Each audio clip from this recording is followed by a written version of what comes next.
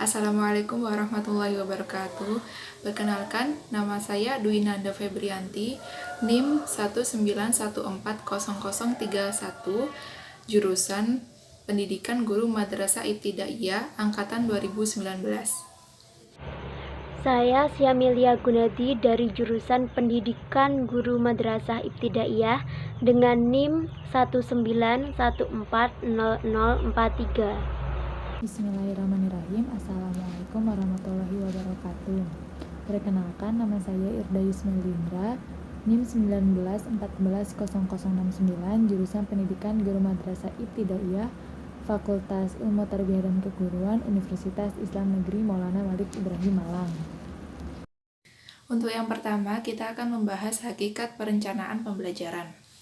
Secara terminologi, perencanaan berasal dari kata rencana atau strategi, yang berarti pengambilan keputusan suatu hal yang dilakukan untuk mencapai tujuan. Kegiatan perencanaan ini meliputi 1. Menentukan tujuan melalui analisis yang disesuaikan dengan kebutuhan siswa. Yang kedua, menetapkan langkah-langkah yang harus dilakukan selanjutnya. Arti dari pembelajaran adalah proses belajar mengajar antara guru dengan siswa dengan berbagai potensi dari dalam maupun dari luar yang dilakukan dengan langkah-langkah yang teratur dan terarah. Jadi dapat kita simpulkan bahwa perencanaan pembelajaran yaitu suatu strategi atau kegiatan menentukan suatu hal yang dilakukan dalam proses pembelajaran agar dapat terrealisasi dengan baik dan dapat mencapai tujuan yang telah diharapkan. Selanjutnya adalah urgensi perencanaan pembelajaran. Nah, apabila kita berbicara tentang yang urgensi, maka kita akan langsung mengartikan dengan arti penting. Sama halnya dengan yang akan kita bahas kali ini ya. Urgensi perencanaan pembelajaran berarti suatu hal-hal penting yang harus diperhatikan dalam perencanaan pembelajaran. Nah, hal-hal penting dalam hal ini adalah tercapainya suatu tujuan dalam pembelajaran, yaitu berupa pemahaman siswa terhadap materi. Yang selanjutnya, hal penting lainnya adalah berhasilnya cara seorang pendidik dalam merealisasikan perencanaan pembelajaran.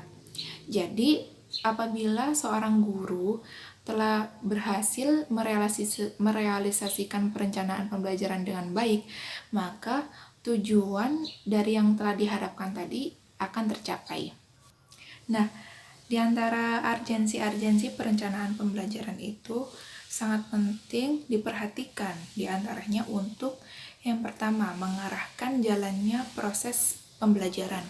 Yang kedua, memprediksi apa yang akan terjadi nantinya dalam proses pembelajaran.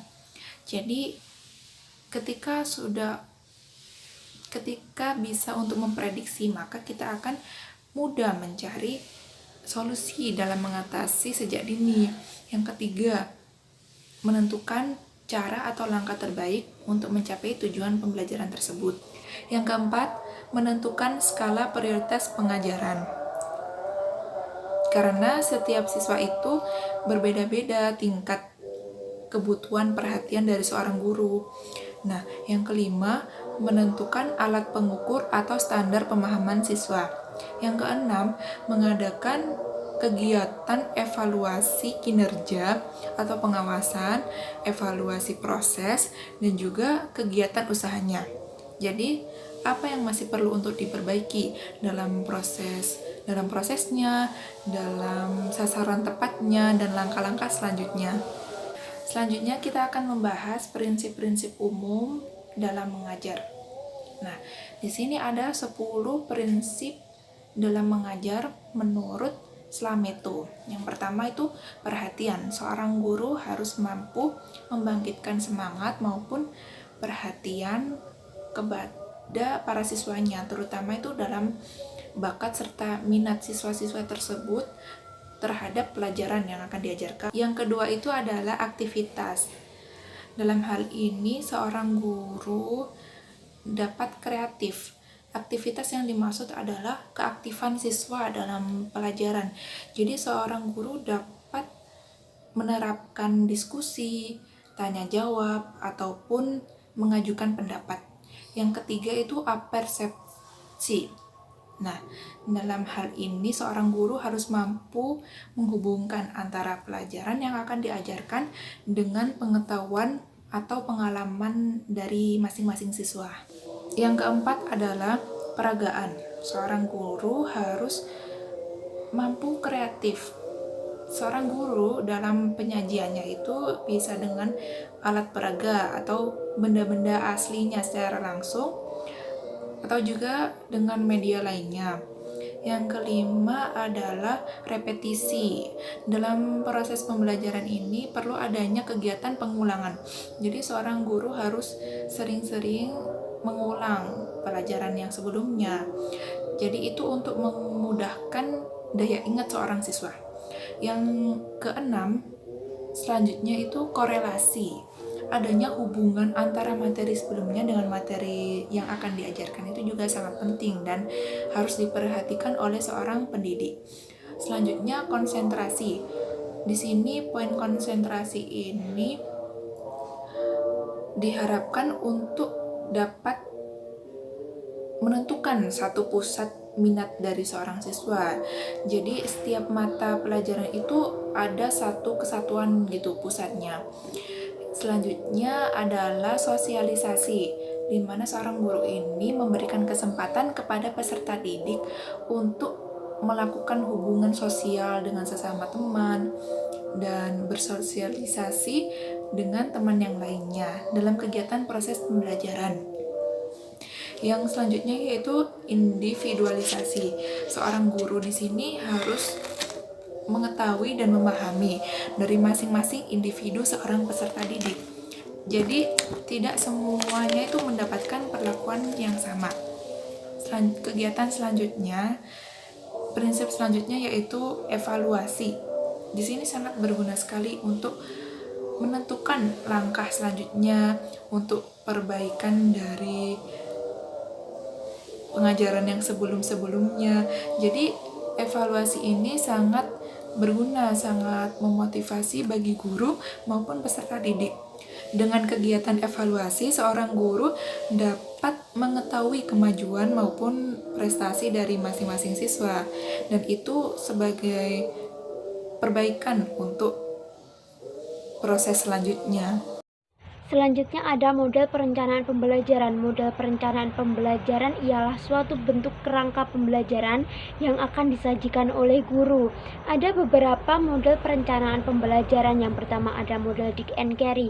Model ini disampaikan memiliki kemiripan dengan model yang dikembangkan oleh Kemp, namun ditambahkan dengan komponen melaksanakan analisis. Ada tahapan di model ini. Yang pertama ada identifikasi tujuan, maksudnya guru menentukan tujuan awal yang diinginkan agar siswa dapat melakukan serta menyelesaikan program pembelajaran. Selanjutnya ada melakukan analisis instruksional, maksudnya di sini guru melakukan analisis tipe belajar siswa dalam penyampaian materi. Yang selanjutnya ada mengidentifikasi karakteristik siswa. Guru mengidentifikasi karakteristik yang dimiliki siswa agar guru mengetahui keterampilan yang dimiliki oleh siswa tersebut. Selanjutnya ada merumuskan tujuan kinerja. Maksudnya guru merumuskan apa yang harus dilakukan oleh siswa setelah melakukan pembelajaran ini. Selanjutnya ada pengembangan tes acuan, yaitu pengembangan tes yang dilakukan oleh guru untuk mengukur kemampuan siswa. Selanjutnya ada pengembangan strategi pengajaran. Maksudnya guru melakukan pengembangan strategi yang digunakan untuk mencapai tujuan akhir. Yang selanjutnya ada pengembangan atau milih pengajaran. Tahapan ini guru menggunakan strategi pengajaran untuk menghasilkan pengajaran yang efektif dan efisien. Selanjutnya ada merancang dan melaksanakan evaluasi formatif, yaitu tahapan evaluasi yang digunakan guru untuk mengetahui dan meningkatkan pengajaran yang telah dilakukan tersebut. Selanjutnya ada menulis perangkat. Pada tahapan-tahapan sebelumnya, hasilnya itu dijadikan satu dalam pembelajaran, selanjutnya diimplementasikan di kelas. Yang terakhir ada revisi pengajaran. Pada tahapan ini biasanya mengulangi siklus pembelajaran atau tahapan-tahapan yang telah dilakukan sebelumnya. Selanjutnya ada model camp. Model camp ini memiliki langkah-langkah pengembangan yang berhubungan langsung dengan aktivitas revisi. Langkah-langkah yang pertama yaitu identifikasi masalah pembelajaran. Pada tahapan ini perlu adanya identifikasi antara tujuan dan fakta yang dihadapi di lapangan. Selanjutnya ada analisis siswa. Digunakan untuk mengetahui tingkah laku beserta karakteristik setiap siswa. Selanjutnya ada analisis tugas, yaitu berisi kumpulan prosedur yang digunakan untuk menentukan pembelajaran. Selanjutnya ada merumuskan indikator, yaitu digunakan untuk mendesain kegiatan pembelajaran. Selanjutnya ada penyusunan instrumen evaluasi yang digunakan untuk mengukur pencapaian kompetensi siswa. Selanjutnya ada strategi pembelajaran yang disesuaikan dengan tujuan pembelajarannya. Selanjutnya ada pemilihan media atau sumber belajar. Hal ini digunakan untuk memenuhi tujuan pembelajaran. Selanjutnya ada merinci pelayanan penunjang yang diperlukan untuk mengembangkan serta melaksanakan semua kegiatan pembelajaran. Selanjutnya ada menyiapkan evaluasi hasil belajar dan program. Dan yang terakhir yaitu melakukan kegiatan revisi perangkat pembelajaran.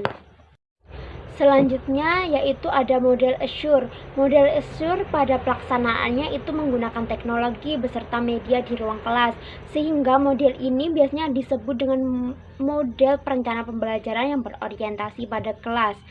Ada beberapa langkah penyusunan pada model assure ini. Yang pertama yaitu ada analisis pelajar. Maksudnya yaitu guru perlu melakukan analisis semua ciri pelajar. Selanjutnya yaitu menyatakan tujuan. Pada tahapan ini menentukan tujuan pembelajaran itu yang baik dan sesuai. Selanjutnya ada pemilihan metode, media, dan bahan. Maksudnya dalam pelaksanaannya diperlukan metode yang sesuai dengan tugas pembelajaran, beserta memilih media yang sesuai dan mendesain media yang telah ditentukan tersebut. Selanjutnya yaitu ada penggunaan media dan bahan. Karena setiap pembelajaran itu diperlukan media dan bahan yang digunakan untuk mengajar. Selanjutnya ada partisipasi kelas. Maksudnya setiap pelajar itu perlu dilibatkan dalam aktivitas pembelajaran di kelas. Selanjutnya ada penilaian dan revisi. Maksudnya di sini setiap pembelajaran telah siap, maka perlu adanya penilaian beserta revisi agar tahapan-tahapan selanjutnya itu sesuai. Selanjutnya ada model EDI. Model ini merupakan suatu model pembelajaran yang generik.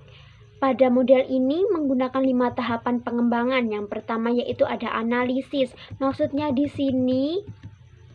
tahapan analisis ini yaitu proses pengidentifikasian apa yang akan dipelajari oleh peserta didik. Selanjutnya ada desain. Tahapan ini dikenal dengan tahapan rancangan. Maka pada tahapan ini rancangan sangat diperlukan untuk perumusan tujuan awal, strategi yang tepat, metode, media, dan yang lainnya. Selanjutnya ada pengembangan. Pada tahapan pengembangan ini yaitu mengembangkan desain yang telah dirancang sebelumnya agar menjadi kenyataan sehingga perlu uji coba sebelum diimplementasikan. Yang keempat yaitu ada implementasi. Pada tahapan ini digunakan untuk menerapkan sistem pembelajaran yang telah dirancang sebelumnya. Selanjutnya yaitu ada evaluasi. Pada evaluasi ini biasanya digunakan untuk mengukur serta melihat apakah sistem pembelajaran yang digunakan itu sesuai atau tidak pada pembelajaran di kelas. Selanjutnya ada model pembelajaran digital. Maksudnya model pembelajaran ini itu memfasilitasi pembelajaran gaya belajar yang lebih luas dan bervariasi, yaitu melalui fasilitas yang ada oleh sistem. Maka pembelajaran ini dapat dilakukan di mana saja dan kapan saja. Pada pembelajaran digital ini memerlukan pendidik dan peserta didik yang interaktif dengan memanfaatkan teknologi beserta komunikasi yang ada. Maka pembelajaran ini harus rancangannya itu sesuai dan tepat, menggunakan informasi dan komunikasi yang dapat disampaikan kepada peserta didik dengan baik dan sesuai. Selanjutnya yaitu ada tipe-tipe belajar. Di sini tipe adalah sesuatu yang dibedakan atau ciri kekhasan individu yang dikelompokkan menjadi satu dan disebabkan karena mereka memiliki beberapa sifat kepribadian. Sedangkan belajar adalah suatu cara untuk memperoleh pengetahuan. Jadi tipe belajar di sini dapat diartikan adalah sebagai cara atau gaya belajar seseorang yang merupakan cara termudah untuk menangkap materi atau ilmu pengetahuan yang diberikan. Ada berbagai macam tipe belajar. Yang pertama yaitu tipe mendengar. Selanjutnya ada tipe penglihatan, ada tipe merasakan, dan tipe motorik. Adapun tipe belajar yang dibagi ke 86 tipe lainnya yaitu ada tipe siswa visual, ada tipe siswa audit, ada tipe siswa taktil, tipe siswa olfaktoris, ada tipe siswa gustatif, dan tipe siswa campuran. Ahli psikolog membagi tipe belajar menjadi 4 bagian. Yang pertama ada tipe belajar auditif, yaitu siswa dapat menerima materi pelajaran apabila ia dapat mendengarkan secara langsung. Kemudian yang kedua ada tipe belajar visual. Tipe belajar visual ini siswa dapat menerima materi apabila ia dapat melihat secara langsung. Kemudian yang ketiga ada tipe belajar merasakan. Nah, pada tipe belajar ini siswa dapat menerima materi pelajaran apabila ia dapat merasakannya secara langsung. Yang keempat ini sama seperti pada tipe belajar yang ketiga, yaitu tipe belajar motorik. Siswa dapat menerima materi pelajaran apabila ia dapat berinteraksi secara langsung. Adapun tipe belajar yang dibagi ke 6 bagian. Yang pertama ada tipe belajar siswa visual, yaitu mereka lebih mudah belajar melalui penglihatan. Maka peranan yang terpenting dalam proses pembelajaran ini adalah mata. Cara belajarnya pada tipe ini adalah dengan menggunakan stabilo untuk mencoret kalimat atau kata yang terdapat dalam suatu buku. Dengan itu, siswa dapat melihat bahwasannya kalimat tersebut atau kata tersebut untuk dimengerti. Kemudian yang kedua ada tipe belajar siswa auditif, yaitu mereka lebih mudah belajar melalui pendengaran. Maka peranan yang terpenting dalam proses pembelajaran ini adalah telinga. Cara belajar pada tipe ini, jika suatu siswa membacakan suatu bacaan, maka ia harus membacakannya dengan suara yang lantang, agar siswa yang menggunakan tipe belajar ini dapat mendengarkannya dengan baik dan benar. Kemudian yang ketiga ada tipe belajar siswa taktil, yaitu mereka lebih mudah belajar melalui perabaan. Maka peranan yang terpenting dalam proses pembelajaran ini adalah kulit, tangan, atau bagian tubuh luar lainnya. Cara belajarnya ialah mereka harus mempraktikannya secara langsung dengan meraba atau menyentuh barang yang ada di sekitarnya. Kemudian yang keempat ada tipe belajar olfaktosis, yaitu tipe belajar yang lebih mudah belajarnya melalui penciuman. Maka dari itu, peranan terpenting dalam proses pembelajaran ini adalah indera pencium atau hidung.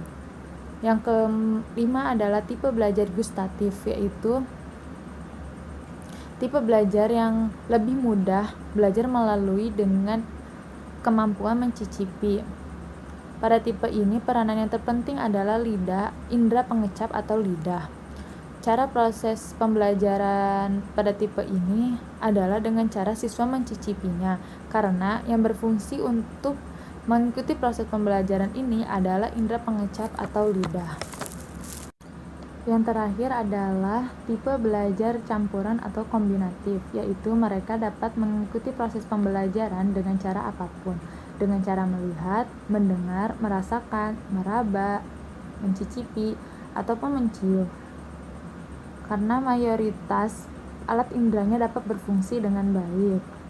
Adapun tipe belajar dibagi ke 8 bagian yang dipandang sebagai tahapan paling mendasar karena dimulai dari tahapan yang berada di bawah. Tipe belajar ini diurut dengan hierarkis, yaitu tipe belajar yang di bawah menjadi landasan yang di atas, dan begitu pun sebaliknya. Berikut adalah penjelasan tipe belajar yang mengurut pada urutan hierarkis. Yang pertama adalah belajar sinyal, sesuatu yang menjadi tanda bagi hal yang lainnya untuk menimbulkan reaksi. Pokok ajarnya adalah stimulus dan respon, yang lama-kelamaan akan menimbulkan reaksi. Contohnya seperti seorang anak yang berusaha untuk tidak manjat pohon karena takut dimarahi oleh ibunya. Maka dari itu, anak tersebut tidak akan memanjat pohon atau mendekati pohon agar tidak dimarahi oleh ibunya walaupun tidak ada ibunya di sekitarnya. Kemudian yang kedua adalah tipe belajar perangsang reaksi dengan mendapat penguatan. Pokok ajar pada tipe ini adalah penguatan dan peneguhan dan penguatan. Contohnya seperti seorang anak yang belajar bahasa asing dan diberi peneguhan karena ia dapat menjawab dengan baik dan benar. Penguatannya adalah bisa dengan hadiah ataupun pujian dan diberikan kebebasan untuk bisa melakukan hal yang disenanginya. Hal ini dilakukan agar anak tersebut lebih bersemangat lagi dalam pembelajaran. Yang ketiga ada belajar membentuk rangkaian gerak-gerik. Pada tipe ini sejumlah gerakan sebagai mata rantai dalam keseluruhan rangkaian. Gerakan yang dilakukan secara berurutan. Contohnya seperti seorang siswa yang belajar memukul, menendang, atau melempar bola dalam suatu mata pelajaran, yaitu mata pelajaran olahraga. Kemudian yang keempat ada tipe belajar asosiasi verbal atau belajar menghubungkan, yaitu tipe belajar yang suatu kata dengan suatu objek yang berupa benda, orang, ataupun kejadian dan merangkai sejumlah kata dalam urutan yang tepat. Contohnya seperti menghafal dalam kata-kata singkatan seperti MUI, Polri, dan lain sebagainya. Yang kelima ada tipe belajar diskriminasi yang jamak atau belajar berdasarkan diskriminasi. Pada tipe ini mereka belajar berlandaskan diskriminasi yang terdapat dalam kehidupan sehari-hari. Yang keenam ada tipe belajar konsep. Pada tipe belajar ini, dengan adanya konsep, kita tahu sifat yang ada dalam suatu benda, yaitu kita dapat menyatakan dengan nama, bentuk, warna, dan lainnya. Contohnya seperti mereka akan mengenal konsep meja, air, kursi, bantal, dan sejenisnya. Yang ketujuh ada tipe belajar kaidah, yaitu jika siswa telah mengetahui konsep satu benda, maka konsep tersebut akan dihubungkan atau dikombinasikan antara satu sama lain dan menghasilkan sesuatu yang disebut dengan kaidah. Ada tipe belajar memecahkan masalah. Suatu masalah dapat dipecahkan dengan cara menghubungkan beberapa kaidah sedemikian rupa dan terbentuklah suatu pelajaran terbaru. Dalam memecahkan masalah, seseorang harus bisa berpikir terlebih dahulu dengan menggunakan kaidah yang sudah diketahui sebelumnya.